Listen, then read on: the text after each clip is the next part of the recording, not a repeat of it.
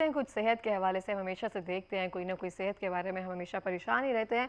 और जैसे हमारी डाइट है, जैसे हमारा लाइफस्टाइल है, बहुत सारी चीज़ें इस तरह से हैं, जैसे मिसमैनेज कह सकते हैं हमारी अपनी गलतियों की वजह से। तो बहुत सारे के मसले मसाइल जो हैं हमारे शिकार हैं। हमारे साथ मौजूद हैं डॉक्टर अब्दुल बासित, जो पेडियाट्रिक भी हैं और ऑर्थोपेडिक सर्जन भी हैं। अस्सलाम वालेकुम। वालेकुम। सर, कैसे हैं आप?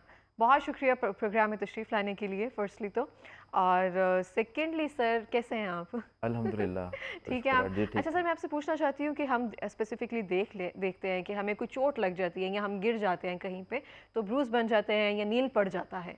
उसको ट्रीट करना, या उसको ज़रा हम देखते नहीं है कि प्रॉब्लम है उसके साथ, कुछ ना छोड़ देते हैं, उसके बाद फिर वो थोड़े टाइम के बाद दर्द शुरू हो जाता है, तो उसको देखना सीरियस होता है कोई? जब भी कोई चोट लगती है तो उसमें इब्तदाई अमल ये होता है कि हम उसकी चोट का जायज़ा ले लें ओके। कि चोट किस किस्म की है। ठीक है। आया कि हम उर्फ़ आम में हम मेडिकल साइंस में कहते हैं कि क्लोज़्ड है या ओपन है, ठीक है। Open wound. अगर क्लोज़्ड है यानी कि कोई ज़ख्म वगैरह नहीं है, उसको हम क्लोज़ कहते हैं। ओके। तो उसका जायज़ा लेके हमने अगली बात ये असेस करनी होती है कि हड्डी तो नहीं कोई टूट गई या ठीक है। सिर्फ़ पट्ठों की सोजिश है, तो दोनों का इलाज मुख्तलिफ हो जाएगा। इसी तरह अगर ज़ख्म है तब भी इलाज मुख्तलिफ हो जाएगा। तो जो पट्टे की चोट होती है वो भी उतनी ही इम्पॉर्टेंट है उसको देखना, उसका इलाज करना जितना कि टूटी हुई हड्डी का होता है।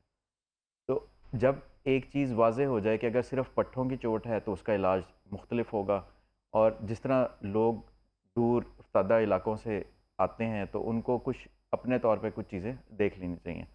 मिसाल के तौर पे अगर उनको लग रहा है, जिस तरह मैं तो ऑर्थोपेडिक सर्जन हूँ, जी। तो हड्डी के हवाले से बात करूँगा कि उसमें अगर हड्डी लग रही है, टूट गई है, अब एक आम बंदा किस तरह उसका कर जायज़ा सकता, लेगा जायज़ा ले सकते हैं कि वो ऑब्वियसली। टूट गई है, मूवमेंट नहीं होगी वहाँ पर उसकी, ओके। या फिर जो है वो वज़न नहीं सहार सकेगी उसकी वो हड्डी, अगर टांग की हड्डी है, तो उसको सबसे पहले स्प्लिंट कर देना चाहिए। और स्प्लिंट नरमी से करना चाहिए, यानी कि ज़्यादा टाइट पट्टी नहीं बांधनी चाहिए। ओके। और अगर सिर्फ पट्टे की चोट है, फिर उसमें जो है मैं आमतौर पे मरीज़ से ये पूछता हूँ कि बताएं आप कोई स्पोर्ट्स देखते हैं? तो वो अमूमन कहते हैं जी। मैंने कहा अगर किसी खिलाड़ी को चोट लग जाए तो वो क्या करते हैं? जी। तो अक्सर हमारे लोग जो हैं वो गरम टकोर करते हैं चोट लगने के बाद। हालाँकि गरम टकोर का उल्टा नुकसान हो जाता है। तो ओके। उसके फ़ौरन बाद आइसिंग करनी चाहिए। ठीक है। आइसिंग 10-15 मिनट अगर पट्टे की चोट में करेंगे तो उसका पेशेंट को बहुत फ़ायदा होगा। फिर हाँ, इसी हम टकोर ही करते हैं, नमक हम की गरम समथिंग कुछ टकोर ना कर कुछ। देते हाँ हैं तो जी। उसका पट्ठों को नुकसान हो जाता है। इन्फ्लेमेशन ऑलरेडी हुई हुई होती है, या वर्म या सोजिश, वो और बढ़ा देता है उसको, यानी कि डिस्ट्रक्शन का अमल बढ़ा देता है, जिसका बहुत ज़्यादा नुकसान हो जाता है उस एरिए को या उस लिम्ब को या उस जोड़ को। फिर उसके बाद जब आप अपने तौर पे ये देख लें कि ज़ख़म है तो उसकी सफाई का ख़्याल करें। बिल्कुल। फिर करीब तरीन जो आपके पास तिब्बी सहूलियात हैं उनका फ़ायदा उठाएँ, उन तक पहुँचें। आम बंदे से मशवरा लेने के बजाय जो तिब्बी अमला है उससे मशवरा करें। बिल्कुल, नीम हकीम हथरा जान ना बना जाए घर बैठकर। अच्छा एग्ज़ैक्टली। सर, मैं आपसे पूछना चाहती हूँ, जिराफ बहुत ज़्यादा एक आम है। जी, हम जी। सबसे आपके पास आने से पहले, किसी भी ऑर्थोपेडिक के पास जाने से पहले हमें होता है कि पट्टी करवा लो एक, जी, जी, और जी। वो मरहम लगा के एक प्रॉपर एक पट्टी कर दी जाती है और उसके बाद वो मुसलसल चलती है। क्या ये करवाना दुरुस्त है या किसी हद तक इससे फ़ायदा होता है? गैर मुस्तनद अफराद से अगर आप पट्टी करवाएँगे उसके बहुत ज़्यादा नुकसानात हैं। किस तरीके से हैं? सबसे पहले अगर टाइट पट्टी हो गई है, तो सबसे पहले वो हिस्सा, मिसाल के तौर पे अगर बाजू पर हुई है, हाथ की उँगलियाँ जो हैं वो सफ़ेद लगेंगी, या उसका जो पिंकिश कलर है वो ख़त्म हो जाएगा, खून का दौरानिया रुक खून का जाता है। दुरानिया रुक जाएगा। ओके। फिर उसके बाद वो नीली भी पड़ सकती है, और अगर वो दुरानिया बढ़ गया तो उसकी जो नर्व डैमेज है वो हो सकती है, हरकत, या उस एरिया का फालिज कह लें, खुदा ना खास्ता। खुदा न खास्ता वो हो सकता है। नीली पड़ने की सूरत में गैंग्रीन हो जाती है। गैंग्रीन यानी कि डेड हो जाना। अस्तगफिरुल्लाह। और फिर ऐसे सूरत में हमारे पास ज़्यादातर बच्चे इस तरह के आते हैं कि जिनकी हमें फिर बाद में वो हिस्सा बाजू का काटना पड़ जाता है, जिस्म का, या जिस तरह बाजू है या पाँव है, टाइट पट्टी बंधी रही और फिर उसके बाद हमें वो काटना पड़ा। अच्छा, ऐसे आपके पास केसेस आते हैं? बेतहाशा इस तरह के केसेस आते हैं, क्योंकि सारे पंजाब से आ रहे होते हैं यहाँ पर लाहौर में। तो लाहौर में जब आते हैं तो उससे ये नुकसान होते हैं। तो मैं हैरान होती हूँ, फिर हम क्यों जाते हैं गैर मुस्तनद या फिर इन लोगों के पास? आप देखते होंगे, मैं देखती भी हूँ बहुत सारे गुजरते हुए यहाँ इस तरह से, वो बाकायदा पकड़ कर उसको पुल करते हैं, उसको कहते हैं कि हड्डी सीधी हो जाए, समथिंग कुछ ना कुछ ऐसा होता है। इतना तकलीफ दे अमल होता है कि आप किसी औरतों के पास नहीं जा रहे हैं और किसी इस तरह के पास जा रहे हैं, हम यकीन कैसे कर सकते हैं मतलब? ये एतकाद बना हुआ है जिस तरह, और फिर हम मशवरा जो है वही वाली बात मैं कह रहा हूँ कि हम गैर मुस्तनद अफराद से मशवरा, गैर मुस्तनद अफराद से उसकी ट्रीटमेंट कराना, तो ये हमारे माशरे में आम हो चुका है। और उसकी वजह से अब इस तरह के मसाइल होंगे, जिस तरह मैंने ये तो इंतहाई बताया कि गैंग्रीन हो सकती है, खून की हम्म। दुरानियाँ रुक सकता है, नर्व डैमेज हो सकती है, फिर स्टिफनेस हो जाती है कि वो पट्टी बंदी रहेगी कई दिन तक। अब उनको पता नहीं कितने दिन तक उस पट्टी को रखना चाहिए या उसकी टाइटनेस, कंप्रेशन कितनी होनी चाहिए। तो उससे अब जोड़ जो है, अब मिसाल के तौर पे रिस्ट है, कलाई है, उस पे पट्टी कर दी है, अब ओके। कलाई की हरकत जो है वो रुक जाएगी। जब दोबारा वो 6 हफ्ते 2 महीने बाद खुलेगी तो वहाँ पे हरकत नहीं हो रही होगी। अब जिस तरह हमने भी अगर प्लास्टर करना है डॉक्टर्स ने, तो उसका भी एक तरीका है। हर चीज़ एक टीम वर्क है। बिल्कुल। टीम वर्क के बगैर कोई भी चीज़ नामुमकिन है। ट्रूली। तो अब अगर हमने प्लास्टर कर दिया है, 6 हफ्ते गुजर गए, 6 हफ्ते के बाद हमने अ, उसको, अब ये इलाज मुकम्मल नहीं हुआ, इसके बाद अब फिजियोथेरेपिस्ट का रोल आ जाएगा। वहाँ पे उसके जोड़ को हरकत देने के लिए अगली, उसको बहाली का अमल कहते हैं। अच्छा। तो वो बहाली के अमल में जाना पड़ेगा, यानी कि ये एक पूरी मैनेजमेंट है, टीम वर्क है। तो एक बंदा इतना माहिर होकर बैठ जाता है और हम कहते हैं उसके पास अलग जाए हड्डी, ये सब थिंग जो है वो किसी ना किसी तरीके से जुड़ जाता है और हो जाता है, और इतनी देर हम तकलीफ लेकर ना, तकलीफ सह कर फिर आप लोगों के पास आते हैं कि आप बताओ अब क्या करना है। अब क्या करना है, पट्टे मैंने बताया, स्टिफनेस हो गई, फिर अगर हड्डी टूटी हुई और उस पर पट्टी कर दी, अब उनको तो नहीं पता क्या एंगल रखना है, किस मरीज़ का एंगल, किस एज ग्रुप का, किस हड्डी का क्या एंगल होना चाहिए। अब मिसाल के तौर पे 1 साल का बच्चा है, उसकी ये थाई या फीमर बोन होती है, अगर जी। उसका फ्रैक्चर है, वो अगर टेढ़ी भी पोजीशन पे आ जाए, वो बाद में रीमॉडल हो जाती है। अल्लाह ताला ने बच्चों में इतनी सलाहियत रखी है कि रीमॉडलिंग हो जाएगी, वो सीधी हो जाएगी। ओके। लेकिन बड़ों में अगर टेढ़ी जुड़ गई, उसको हम कहते हैं मेल यूनियन, तो टेढ़ी हड्डी जुड़ गई, उससे फंक्शन डिसरप्ट हो सकता है हमारे उस लिम्ब का। तो ये भी एक कॉम्प्लिकेशन है अगर गैर मुस्तनद अफराद से पट्टी करवाएंगे। बिल्कुल इस तरह से, और एक्सरे के बगैर जाके पट्टी करवा लेना एक्स डायरेक्ट, ये तो मुझे लगता है कि बातिन रोशन होता है फिर तो। एग्जैक्टली। अब लेकिन कई लोगों ने एक्सरेज भी रख ली हैं, आपको शायद ये चीज़ मालूम नहीं अच्छा, होगी। नहीं मुझे नहीं आइडिया, जी, एक्सरे कई मशीन रख ली कई है। एक्सरेज मशीन्स रखी हुई हैं, एक्सरे अच्छा। देख के बताते हैं कि जोड़ निकला हुआ है, हालांकि जोड़ नहीं निकला होता कई दफ़ा, तो ओके। हमने उसको चढ़ा दिया। अच्छा, तो इस तरह के सही। मरीज़ ही आके हमें इस तरह की बातें बताते हैं। तो ये बहुत ज़्यादा एक तरह से ये हम लग रहा है कि हमें लगता है कि थोड़ा-सा मज़ाक है, उस तरह से ले जाते हैं। हालाँकि बहुत सीरियस मसला है अगर देखा जाए। आप कैसे जा सकते हैं इनके पास? डिस्पेंसरी वगैरह बंद करवा रहे होते हैं और जिराफ के पास हम जा रहे होते हैं। जा रहे हो। इस तरह से। अच्छा सर, मैं पूछना चाहती हूँ पेडियाट्रिक या ऑर्थोपेडिक सर्जन में फ़र्क क्या होता है? बेसिकली दुनिया तरक्की करती जा रही है। दुनिया में तो ये होता है, इस तरीके से जा रहे हैं कि ऑर्थोपेडिक सर्जन है, अगर कोई ऑर्थोपेडिक हिप जॉइंट रिप्लेसमेंट कर रहा है, वो ओके। हिप जॉइंट रिप्लेसमेंट ही कर रहा है। ओके। तो ये अब प्रोग्रेशन का दौर है और इसमें सुपरा स्पेशलिटीज़ आ गई हैं। तो अब पाकिस्तान में इस तरह है कि चंद अफराद जिन्होंने पहले ऑर्थोपेडिक सर्जरी में काम किया, वो अब पीडियाट्रिक ऑर्थोपेडिक सर्जरी में उन्होंने आगे फेलोशिप्स की, और अब या वो उसी में डेडिकेटेड हैं, उसी इदारे में काम कर रहे हैं जहाँ पे सिर्फ पीडियाट्रिक ऑर्थोपेडिक सर्जरीज़ डील हो रही हैं, यानी कि बच्चों की हड्डियों के मसाइल या पट्ठों के मसाइल।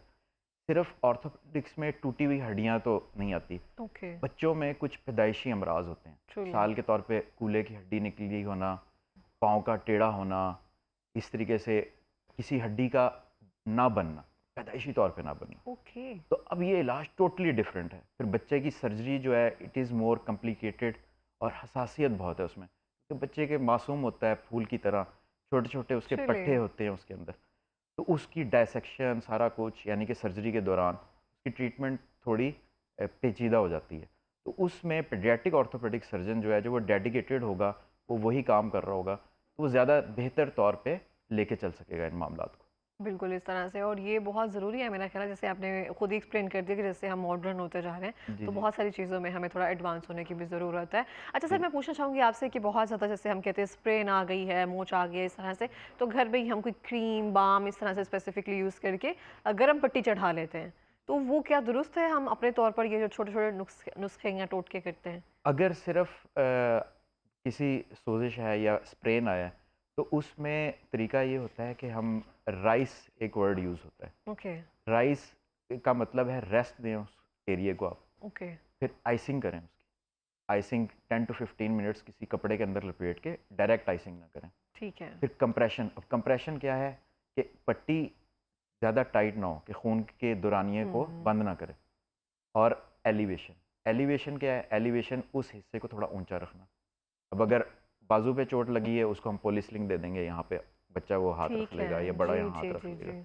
पाँव पे लगी है तो वो आराम करे और पाँव के नीचे तकिया रख ले, तो ये एलिवेशन है। तो ये दैट इज़ दी।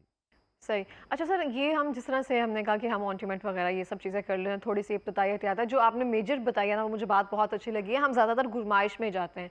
मुझे नहीं लगा कि हमने आइसिंग कभी की हो या हमें पता हो कि आइसिंग करनी है। ये बहुत इंपॉर्टेंट आम लोगों के लिए, क्योंकि ल 95% लोग हाँ जी, गरम टकोर करके गरम आते टकोर, हैं, ट्रूली। गरम टकोर करके।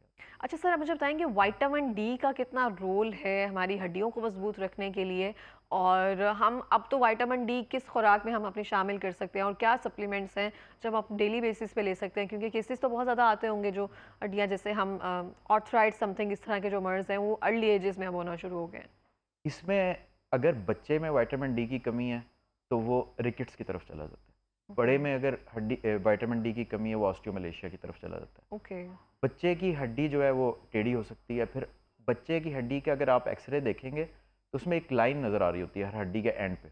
ओके, तो वो होती है ग्रोथ प्लेट, सही, जहाँ से ग्रोथ होनी होती है उस हड्डी की। ओके, तो वहाँ पर चेंजेस हमें नज़र आती हैं एक्सरे पे, यानी कि विटामिन डी की अगर लंबी कमी रही। तो सही, जब विटामिन डी की कमी होगी, उसको शुरू में तो ये होगा, बच्चा दर्द की कंप्लेन कर सकता है टांगों में। फिर बाद में ये जो मैंने एक्सरे की अलामात बताई, ये नज़र आना शुरू हो जाती हैं। ठीक, बच्चे जो बड़े जो हैं, उनके मस्कुलर पेन हो सकता है, बैक एक हो सकती है। और जैसे कि हमारा आजकल लाइफस्टाइल बदल गया हुआ है बिल्कुल, और सनलाइट एक्सपोजर नहीं है। सनलाइट एक्सपोजर का ज़्यादा फ़ायदा होता है, जो अर्ली मॉर्निंग वो लाइट होती है, मैक्सिमम विटामिन डी फॉर्मेशन उससे होती है। ओके। तो हमारा वो मिनिमम होता जा रहा है।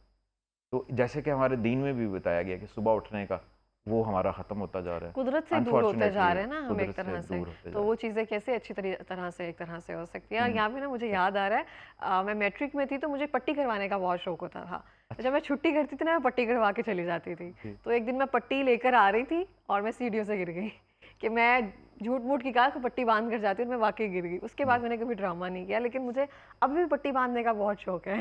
जी, कोई ना कोई होता है कि स्प्रे ना आ जी, जाए, जी, कुछ भी हो जाए। जी, तो जी, जैसे हम जिरा के पास जाते हैं, उनके पास लाल समथिंग दवाई जी, होती है जिसकी बहुत स्मेल होती है, जी, जी, या जी, कोई तेल होता है समथिंग जी, ऐसे, जी, जी। जो अभी भी मुझे लगता है घरों में मौजूद होता है। चोट वाला तेल या समथिंग इस तरह से वो हम इस्तेमाल करते हैं। तो ये जो तेल वगैरह है, ये इस्तेमाल करना दुरुस्त है, जो इस तरह से स्पेसिफिकली इन जरा वगैरह नहीं रखे होते हैं? जो ताज़ी चोट होती है, उस पे मालिश भी नहीं करनी चाहिए। उसके ऊपर ओके, इस तरह का ऑयल भी नहीं लगाना चाहिए, तेल भी नहीं लगाना चाहिए। क्योंकि वो टोटली हीट एक तरह से वो देता है और हमें ख़ास सेंक्शन। तौर पे अगर ज़ख्म भी है, फिर तो बिल्कुल भी नहीं।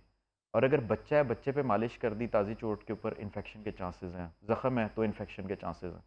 तो इसलिए इसका प्रोटेक्ट करना इससे ज़रूरी है। सही है। तो सर, हम 30s में कौन से ऐसा सप्लीमेंट है विटामिन डी की सूरत में हम रख सकते हैं जिससे हम हड्डियाँ हमारी मजबूत रहें? इसके लिए फिर वही बात, सबसे पहले सनलाइट एक्सपोज़र है। Lifestyle okay. फिर लेकिन अब इतनी हम धूप ले ही नहीं सकते, बहुत सारे लोग जो हैं नहीं ले जाते हैं। फिर डाइट को फोर्टिफाई करें। किस तरह? सबसे पहले ये सप्लीमेंट्स आ रहे हैं, विटामिन डी के 2 लाख इंटरनेशनल यूनिट है। तो फोर्टनाइटली, यानी कि हर 15 दिन बाद तकरीबन 4 से 6 ले लें, तो यानी कि 2 से 3 माह में वो पूरे हो जाएंगे 15-15 दिन बाद। ओके, उसको ऑगमेंट करें, यानी कि साथ शामिल करें कैल्शियम सप्लीमेंट। तो ठीक कोई है। भी कैल्शियम जो सप्लीमेंट रखने में मदद देता है विटामिन डी को स्टोर वंस करने डेली में। कैल्शियम। और मैग्नीशियम या फिर जो B12 होता है, वो कितना ज़रूरी होता है हमारी हड्डियों के लिए या नर्व सिस्टम के लिए? मस्कुलर जो एक्शन है सारा, उसके लिए मैग्नीशियम, कैल्शियम, ये सारी चीज़ें जो हैं वो ज़रूरत होती हैं। अब अगर हम देखें, अभी हमारे पास सर्दियां हैं, तो अभी कौन से ऐसे फल या फ्रूट्स वगैरह हैं जिनको हम अपनी डाइट में शामिल कर सकते हैं और वो अच्छा good source of vitamin D और सी जैसे आप कह रहे हैं? विटामिन डी तो नहीं है, वो आपको फोर्टिफाई करना पड़ेगा या सनलाइट एक्सपोजर से होगा। ओके, तो या फोर्टिफाइड फूड कोई नज़र आ जाए, तो उसमें जिस तरह पहले हुआ करता था कि ऑयल को चेक एंड बैलेंस रखा जाता था, जिसमें विटामिन डी अभी भी बाज़ दफ़ा लिखा हुआ होता है कुछ ऑयल पे कि विटामिन डी उसमें ऑगमेंट किया गया। ओके, लेकिन अब चीज़ नहीं है, तो फिर आपको लेना पड़ेगा, वो सही। और सप्लीमेंट विटामिन लेना। सी जैसे हम ऑरेंज या फिर मौसमी, ये सब वो वो हमें मौजूद विटामिन ही सी हैं सिस्टम में। उसमें जो सिट्रस फूड हैं सारे, उसके अंदर ले सकते सही। अच्छा सर, मैं पूछना चाहती हूँ, जब हम जैसे आप कह रहे हैं कि हड्डी पे जब चोट लग जाती है, तो हम उसको स्टार्टिंग में शायद पायोडीन से, पॉलीफेक्स से उसको कवर कर देते हैं। तो उसके बाद कहीं न कहीं वो खला या समथिंग रहता है जो काफ़ी अरसे तक वो रहता है। तो उसको हम कैसे ट्रीट कर सकते हैं? जैसे कहा जाता है कि जब आपको कोई चोट लग गई तो हर सर्दी में दर्द निकलेगी आपको, या सर्दियों में ज़्यादा वो चीज़ दोबारा से होना शुरू हो जाती है? आयोडीन तो बेसिकली एंटीसेप्टिक है। ओके, अगर वो ज़ख़म है तो फिर उसका फ़ायदा है, वरना ओके, फ़ायदा नहीं है। ठीक है। फिर इसमें यही है कि उसको रेस्ट दें, आइसिंग करें जो ताज़ी चोट है। तो आइसिंग के ऊपर मेन है कि वो आइसिंग देंगे, इन्फ्लेमेशन कम होगी और फिर बाद में जो है उसकी जो भी बताई हुई डॉक्टर की हिदायत के मुताबिक एक्सरसाइज है कोई, वो करें तो उससे पट्टे की मजबूती दोबारा बहाल हो जाएगी। लेकिन ऐसा होता है कि अगर आपको पिछले साल कोई चोट लगी थी, सर्दियों में वो दोबारा से आपकी जनरेट हो जाती है या उसमें आपको फ़ील होता है?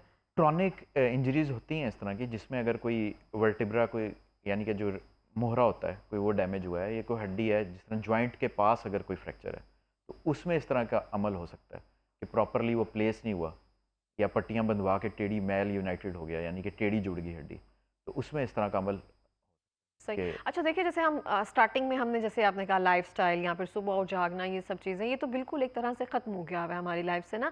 अब हम एक जगह बैठे हुए हैं, स्टिल बैठे हुए हैं, फ़ोन यूज़ कर रहे हैं, रील्स देख रहे हैं और फिर वहीं से 2 घंटे बाद उठ रहे हैं। तो वो ना हमारी एक्सरसाइज़ है रूटीन में, ना उस तरह से हम मूव कर रहे होते जैसे करना चाहिए। तो ये कितना ज़रूरी है हमारी हड्डियों को हरकत देने के लिए?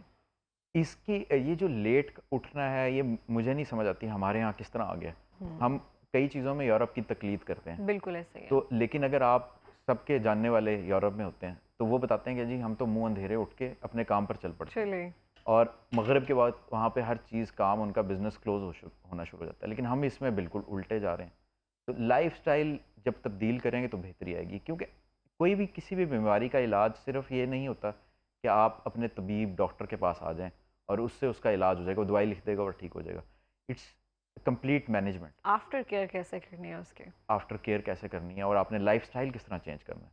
उसका जब अच्छा इफ़ेक्ट होगा सर, कंबाइन। हम देखते हैं पोस्चर का कितना रद्द-ए-अमल होता है किसी भी चीज़ में या फिर अगर आपको दर्द निकलने में कि आप एक ही पोस्चर में स्टिल बैठे हुए हैं, चाहे वो बैठना, लेटना, समथिंग इस तरह से है। उसकी वजह से कोई दर्द निकल सकती है या कुछ डैमेजनेस, कुछ ऐसा हो सकता है, हम स्ट्रेचिंग नहीं कर रहे होते हैं, एक ही जगह स्टिल बैठे हैं तो बैठे हुए हैं। अब कुछ ऐसे लोग होते हैं अफराद जिनकी कमर में दर्द शुरू हो जाता है। ट्रूली, अब वो बैड पोस्चर की वजह से कईयों को होता है। ओके, तो उसमें यही है कि सीधा बैठें। कई अफराद होते हैं उनकी आदत होती है वो किसी एक तरफ झुक के बैठे रहते हैं। ट्रूली, तो जब एक तरफ झुक के बैठते हैं तो उससे उनको दर्द ज़्यादा होती है। तो या रीढ़ की हड्डी का जो है पोजीशन चेंज हो जाएगी, उससे दर्द होगी। लेकिन जिस तरह आपने कहा कि एक तरफ बैठे रहे और फिर वो दर्द फ़ील हुआ, वो तो एक कुदरत की तरफ से निज़ाम है कि अपनी अब पोस्चर आप चेंज कर लें। ओके, एक जगह पे रखे-रखे जिस तरह मिसाल के तौर पे एक शख्स है उसने अपना हाथ सर के नीचे रख लिया है सोते हुए। जी, अब वो वहाँ पे अगर ज़्यादा देर रह जाएगा तो वो उठेगा तो उसके बाजू में दर्द हो रहा होगा। तो वो ट्रूली। पेन जो है कुदरत की तरफ से एक अच्छी साइन एक साइन तरह है से कह कि वो सकते अपनी हैं हम। पोज़ीशन या पोस्चर को चेंज कर ले। बिल्कुल इस तरह से और बहुत सारी चीज़ें इस तरह से हैं जो मुझे लगता है हमारी अपनी वजह से हैं, हमारी अपनी क्रिएट करना है, जो हम एग्ज़ैक्टली। लेकर साथ चल रहे हैं और मुझे हुँ, लग रहा है वो और बढ़ती जाएँगी। हुँ। और मैं सुनती हूँ कि हमारी अम्मियाँ या मेरी अम्मी स्पेसिफिकली कहती हैं कि अभी से आप लोगों का ये हाल है, हड्डियाँ इतनी कमज़ोर हैं या हम थक जाते हैं। तो ये मुझे लगता है जब हम सीढ़ियाँ चढ़ रहे होते हैं ना, तो आवाज़ें आ रही होती हैं हड्डियों में से कि कुछ प्रॉब्लम है। एग्ज़ैक्टली पहले जो हमारे बड़े होते थे, जिस तरह हमारे दादा-नाना की उम्र के एग्ज़ैक्टली लोग हुँ, अफ़राद थे, उनको ये ऑस्टियोआर्थराइटिस जो है, यानी कि जोड़ों की जो तकलीफ़ है, ये देर से होती थी। जी, अब अर्ली एज में पेशेंट ऐसे हैं 30s में, उनको नी जॉइंट पेन हो रही है, ऑस्टियोआर्थराइटिस डेवलप हो रहा है, यानी कि जोड़ का घिस जाना, उसकी स्पेस का कम हो जाना। फिर टोटल नी रिप्लेसमेंट और ये अर्ली एज के साथ आना शुरू हो गए हैं। क्यों? लैक ऑफ एक्सरसाइज़, डाइट सही नहीं है, जंक फूड आम हो चुका है, फ़िज़ी ड्रिंक्स ज़्यादा ले रहे हैं। तो ये चीज़ें जो है नुकसानदेह हैं। बिल्कुल और सारा फूड ही प्रिजर्वेटिव है। हमने इतना रेडी टू कुक कर लिया ना अब घर पकाने का हमें लगता है वो होता ही नहीं है। सिर्फ़ हर चीज़ जो है वो रेडीमेड और वो एग्ज़ैक्टली। एक कांसेप्ट ही ख़त्म होता जा रहा है। तो वो हमारी सेहत के लिए मेरा ख़्याल है नुकसानदेह है ऑब्वियसली। जैसे आपने अभी फ़िज़ी ड्रिंक्स की बात की है, तो जैसे हम जो भी फ़िज़ी ड्रिंक्स या फिर जो सॉफ्ट ड्रिंक्स वग़ैरह ले रहे होते हैं, वो हमारी हड्डियों में जो कैल्शियम होता है समथिंग कहा जाता है कि वो ख़त्म करता है या इस तरह से। ऐसी कोई चीज़ें या ऐसे ड्रिंक्स वग़ैरह हैं जो हमारी हड्डियों को कमज़ोर करता है या नरम करता है? ये कैल्शियम की एब्ज़ॉर्प्शन को रिड्यूस करते हैं। तो कित जब जितने भी ये सॉफ्ट ड्रिंक्स वगैरह सॉफ्ट हैं, ड्रिंक्स वगैरह ओके, जब ये रिड्यूस करते हैं तो ऑटोमेटिकली जो है वो हड्डियों को कमज़ोर कर रहे हैं और नुकसान दे रहे हैं। सही। तो इन चीज़ों को हम कौन-सी चीज़ें हैं जो अपनी डाइट में सप्लीमेंट्स के अलावा कौन-सी ऐसी डाइट प्लान है हम रख सकते हैं, सुबह उठने के अलावा जो ऐसी कोई स्पेसिफिक खुराक हो जो हम शामिल करते जाएँ, स्ट्रेचिंग हो या हमें लगे कि ये करना चाहिए? सबसे पहले आपने खुद कह दिया कि सुबह उठें जल्दी। जी, तो सुबह उठने के बाद जो है डाइट में जो है गुड डाइट होनी चाहिए, जिस तरह के नट्स हैं, अखरोट, बादाम, इस तरह की चीज़ें जो हैं वो शामिल होनी चाहिए। फिर बारले पोरेज है, उसमें ओके। मिक्स करके अगर ये चीज़ें इस्तेमाल करेंगे, बारले पोरेज के बहुत ज़्यादा फ़वाइद हैं। मिसाल के तौर पे नट्स आपने ले लिए, वो बज़ाते ख़ुद बहुत अच्छे चीज़ें हैं, उससे आपका बैड कोलेस्ट्रॉल कम होता है और गुड कोलेस्ट्रॉल बढ़ता है। ओके। तो फिर उसके बाद जो बार्ले पोरेज है वो ऐसे हार्मोन्स रिलीज़ कराता है जो एंग्जाइटी फैक्टर को ठीक करता है, और पट्ठों की नशो नुमा के लिए, पट्ठों की हेल्थ के लिए बहुत अच्छा है। बिल्कुल इस तरह से है। सर मैं आपसे पूछना चाहती हूँ कि जब हम हील स्पेसिफिकली पहनते हैं तो उसकी वजह से हमें कोई ऐसे प्रॉब्लम हो सकती है आगे जाकर कि हमारी हड्डियों में या फिर जो हमारी एड़ी है उसमें दर्द रहे, ऐसा कोई? डेफिनेटली पाँव की नॉर्मल पोजीशन होती है, पाँव की आर्चेज़ होती हैं, ओके। और उसके ऊपर इफ़ेक्ट आता है, और सारा वेट एक निज़ाम है, एक ये समझ लें जिस तरह एक सिविल इंजीनियरिंग होती है, उसमें एक बीम है और एक है वो वेट डलना होता है। तो इसी तरीके से अल्लाह ताला ने ये इस तरीके से चीज़ें बनाई हैं कि वो वेट नीचे एक बड़ी बोन है उसके ऊपर आए और बराबर ट्रांसफ़र हो। जब वो हील पहन ली जाती है तो वो आगे टोज़ पे ज़्यादा जा रहा होता है, बिल्कुल। तो उससे वो अफ़ेक्ट होता है, पाँव पाँव के ऊपर अफ़ेक्ट होता है, फिर ultimately later on in the long run जो है वो बैक एक और बैक में भी इसका इफ़ेक्ट आता है। तो बहुत सारे इस तरह से फैक्टर्स हैं जो हम जी, देखते नहीं है लेकिन लाइफ में शामिल ज़रूर हैं शामिल हमारे। हैं हमारे। बिल्कुल इस तरह से। सर हमारे पास लास्ट 2 मिनट है, कोई पैगाम देना चाहेंगे? पैगाम सबके लिए यही है कि सबसे पहले आइंदा जब भी ताज़ी चोट लगे तो ज़रूर आइसिंग करें, यानी कि गर्म टकोर ना करें, बर्फ़ की टकोर कपड़े में लपेट के करें, डायरेक्ट ना करें। और दूसरा जो है, जो मुस्तनद तबीब हैं, मुस्तनद मुआलिज हैं, उनसे रब्ता करें, डॉक्टर हज़रात से। बिल्कुल इस तरह से है। बहुत शुक्रिया सर प्रोग्राम में तशरीफ़ लाने के लिए और अपना एक्सपीरियंस शेयर करने के लिए।